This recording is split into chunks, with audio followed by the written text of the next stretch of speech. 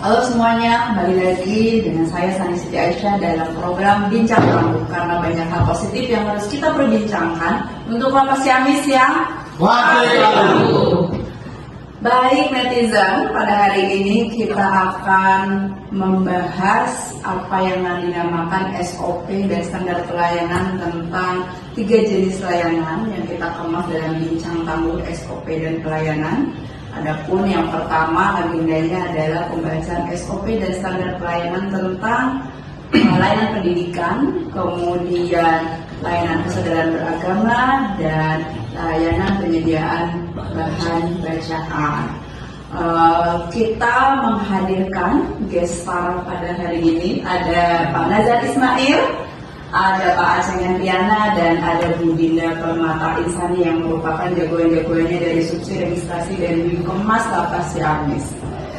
Oke, untuk membuka keingintahuan kita akan berbincang-bincang sedikit tentang apa itu layanan pendidikan, kemudian layanan kesadaran beragama, dan layanan penyediaan bahan bacaan.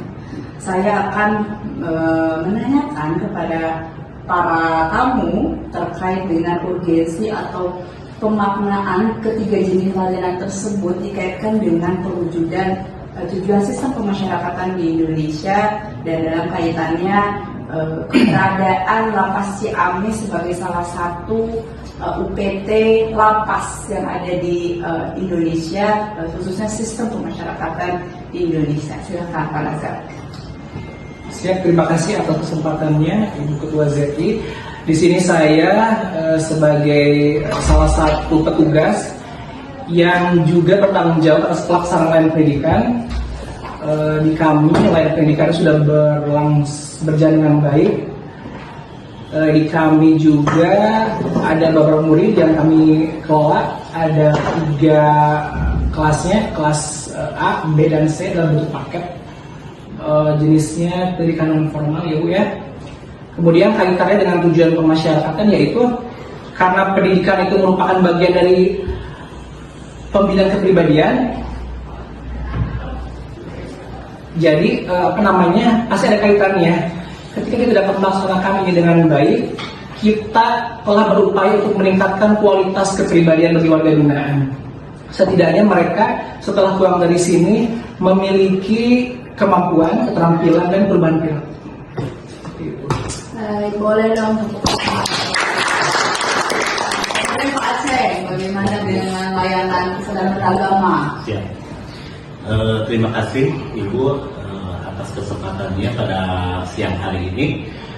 Di sini saya selaku pengelola pembinaan kepribadian untuk subsidi registrasi ini memang cuma saya sih yang memang untuk tugasnya, namun dibantu oleh teman-teman saya, rekan-rekan saya yang sangat berintegritas sekali. Dan pada kesempatan kali ini saya menjelaskan terkait aspek kesadaran beragama. Yang saya garis bawahi pentingnya aspek kesadaran beragama ini bagi pemenuhan kepribadian bagi warga binaan, tentunya sebagai salah satu wujud mengisi kerohanian mereka. Jangan sampai ketika warga binaan masuk ke sini tuh mereka tidak tahu bagaimana cara sholat, bagaimana cara mereka membaca Al-Quran, bagaimana cara mereka berwudu dan sebagainya. Karena yakin setelah penelitian kami dari registrasi, asesmen kami dari registrasi, hampir 80% itu mereka belum bisa membaca Al-Quran. Makanya salah satu aspek kesadaran beragama ini perlu sekali ditingkatkan bagi warga binaan. Semoga saja nantinya setelah mereka mendapatkan pendidikan keagamaan ini, mereka juga bisa berubah perilakunya. Dari yang awalnya mereka berkelakuan buruk, tidak tahu agama, tidak tahu Tuhan mereka gitu. Ketika masuk ke lapas dengan pendidikan keagamaan ini, mereka sedikit demi sedikit mengenal, dan semoga hal itu bisa merubah karakter mereka ketika mereka kembali lagi kepada masyarakat. Mungkin seperti itu. Wow. Next, silakan Bu Dinda, bagaimana dengan layanan penyediaan bahan bacaan? Baik, sebelumnya saya ucapkan terima kasih kepada Ibu Ketua Jaki. Di sini saya akan menjelaskan terkait layanan penyediaan bahan bacaan. Ini merupakan salah satu wujud dari Undang-Undang Nomor 22 Tahun 2022, yaitu tentang pemasyarakatan, di mana setiap tahanan narapidana dan anak binaan wajib mendapatkan bahan bacaan. Alhamdulillah di Lapas Kelas 2 Ciamis sekarang sudah memiliki perpustakaan buku, dan itu merupakan salah satu wujud pembinaan untuk meningkatkan intelektual atau pengetahuan warga binaan, dan kita sudah memiliki perpustakaan yang bernamakan Bangkit untuk Negeri. Perpustakaan tersebut sudah memiliki 1.200 buku atau 700 judul buku, dan alhamdulillahnya sudah memiliki nomor pokok perpustakaan dari Perpustakaan Nasional Republik Indonesia. Keren. Bagaimana netizen? Apakah semakin penasaran tentang jenis layanan yang akan kita perbincangkan hari ini? Mari kita simak bersama.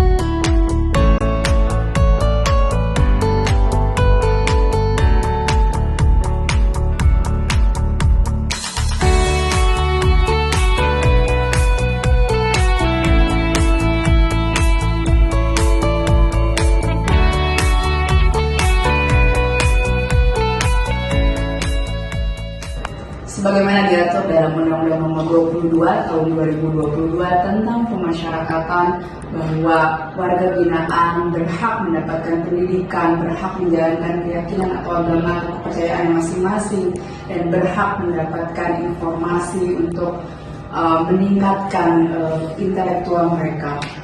Seluruh fasilitas yang ada di Lapas Kelas 2 Ciamis didukung oleh berbagai pihak, ditujukan untuk meningkatkan kualitas kepribadian warga binaan yang ada di sini. Itu menjadi wujud nyata bahwa Lapas Ciamis betul-betul menjadi lembaga atau institusi yang betul-betul membina atau menjadi tempat pembinaan untuk warga binaan dalam rangka meningkatkan kualitas kepribadian maupun kemandirian. Lapas Ciamis pasti tamat. Pasti.